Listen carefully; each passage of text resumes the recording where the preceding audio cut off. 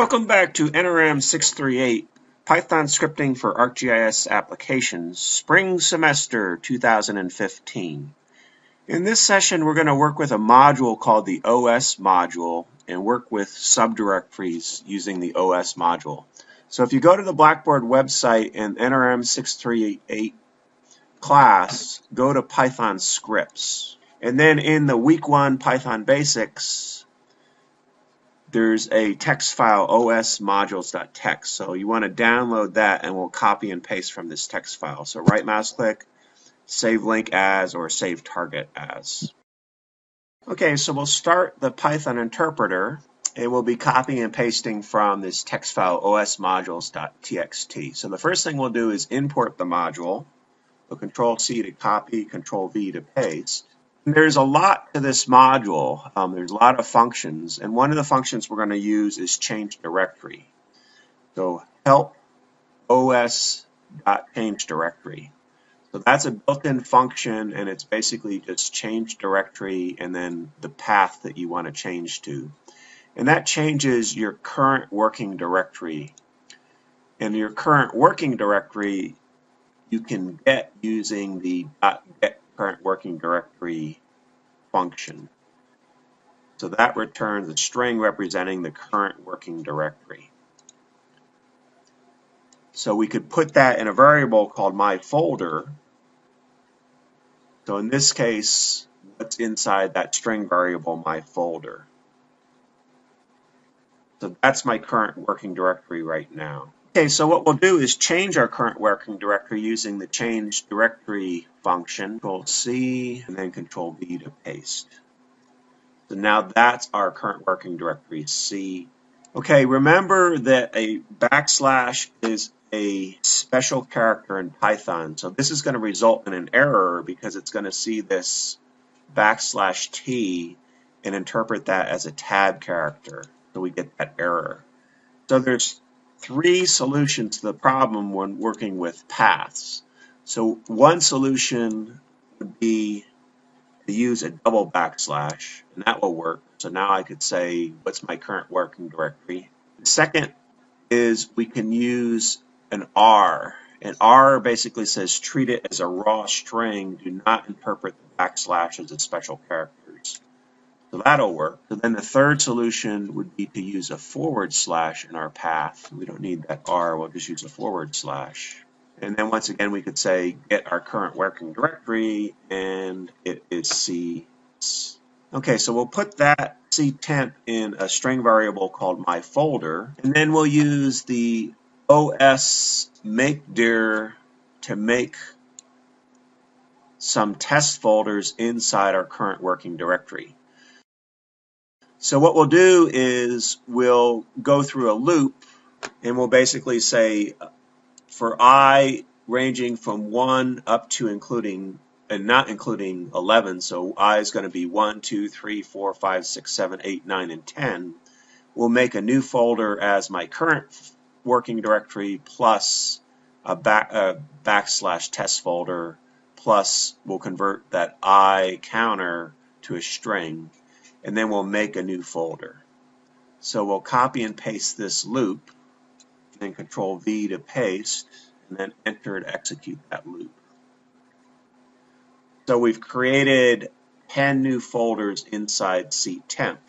So we could go to Windows Explorer. So here are the new folders that we created in ctemp. Okay, we can use the listdir to list files and subdirectories. So if we go help os listdir, it returns a list of strings that are the entries in that directory. And they could be files or they could be subdirectories in a directory. So we'll use that and create a list called list entries. So now what's in this variable called list entries that's a list? So that's what's in my folder, which in this case is ctemp. Some of these are files, so for example, here's an MP3, here's a text file, and some of them are folders. So what we could do is we can create a list of folders from this list of entries. So the first thing we'll do is we'll make an empty list, and I'll name it list folders. And then for every entry in this list, if we'll use the osPath.isDir, that function returns true if it's a directory. So if this is true, the entry is a directory, and then we'll append that entry to this empty list. So we'll run this loop. So Control-C to copy, Control-V to paste. So if this is true, if the entry is a directory, we'll append it to our list. So then enter to execute, and then what's in our new list. So it contains all the folders from this list of entries which we created using the listdir. So the key is listdir lists not just directories but also files in that directory. Okay, another useful module is the glob module. So Control-C, Control-V to paste, and then help on that module. So it has two functions, and the function we're going to use is this glob function. So it'll be glob.glob, and it will return a list of paths matching a pattern where we can use wildcards. So as an example, we could say, go to our current working directory, and glob.glob, find all the files that start with test folder, and our wildcard is an asterisk, and return that to a list.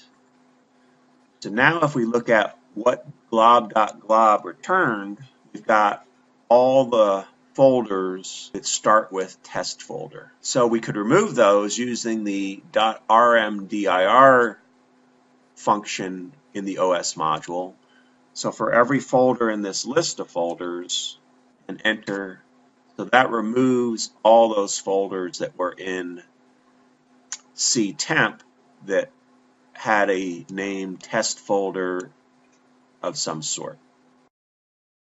Okay, you could also use glob.glob to get file. So just create a file in ctemp. So if we go to ctemp and right mouse click new text document, and let's name this test1.txt.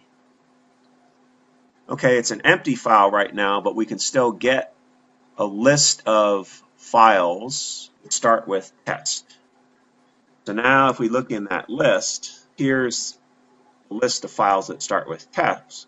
What we could do is we could say, give us the first occurrence of that list and put it in a variable called myFile. So this basically says, give me the first occurrence in the list. So now if we look at myFile, we've got test.txt is the only thing in that variable, and this is a variable, it's not a list. So we could use the osPath module to get what is the size of any file. So in this case, the file is empty, so osPath.getSize returns a value of 0 bytes for that file. So osPath allows you to work with subdirectories or file names in a path. So we could get a variable osPath.AbsolutePath function, and we'll put that in a variable called fullPath. So what is in fullPath? So that contains the path and the file name and the extension of my file. If you want to just get the base name, you would use osPath.basename, and that returns simply the file name and not the path. And if you want to return the directory name, we could use osPath.dirname, so that returns the directory name of ctemp. Okay, sometimes we want to know, does something exist? So we could say, okay, does this file exist? And it returns either a true or a false. In this case, it's true because in this directory ctemp, there is a file called test.txt. And then we could use ospath.split to create a tuple. So then let's look at the result of ospath.split. So it returns a tuple that has the directory as the first item in the tuple and then the file name as the second item in the tuple. So we could say for I in my tuple, print I. So this is the first item in the tuple and then the next item in the tuple. Okay, you can also use the ospath.split extension, and that will split it at the extension. So then what's inside our tuple? So the first item in our tuple is the path and the file name, and then the second item is the extension.txt. So once again, that was ospath.split at the extension. Okay, so that's enough for this video session. If you go to the Blackboard website, there's a quiz question, and that will lead you to the next video session, which will be working with text files.